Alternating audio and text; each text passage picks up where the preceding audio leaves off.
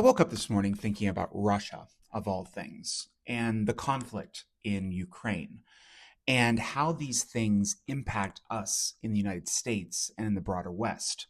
Hi, I'm Bradley Sherman. I'm an author and a strategist. My first book, The Super Age Decoding Our Demographic Destiny, outlines a future in which we are having fewer kids, our populations are aging, and some nations are, in fact, depopulating. And Russia is one of those nations.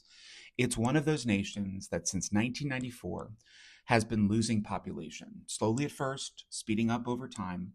But Russia has a lot of other demographic headwinds against it. It's not just that it's having fewer kids, it's the fact that its population doesn't live very well and doesn't live very long. In fact, men on average die in that country before the age of 70. It's one of the lowest life expectancies in the world, and they're not living in good health either. So, this invasion into Ukraine, which is now in its multiple years, really sped things up even more for Russia. And now the country is losing all of these young men to the front lines of the war. And these men cannot be at home producing economically and producing biologically. So they're getting a double whammy here where they're losing economic energy from these young men.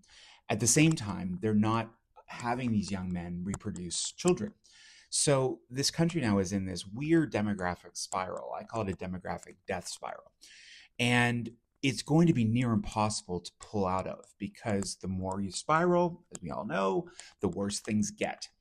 And for Russia, this is bad enough for them. This is bad enough for their economy. It's bad enough for the region.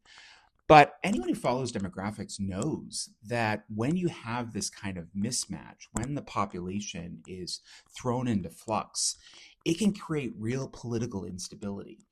And while President Putin has done a great job of managing his power, consolidating his power, leading the country in a very tight, controlled manner, that can only last for so long, especially if despair starts to set in. And the question is, what does this mean for us here in the United States and in the West? And it's a big problem with a huge exclamation mark at the end, because whether we like to admit it or not, Russia is still a very important energy producer. Russia is still a nuclear power. So political instability on either front means a whole lot of hurt for us at the same time. Please like, comment, and subscribe if you found this video interesting. And as always, take a moment to subscribe to my Substack at populationnext.com. That's populationnext.com.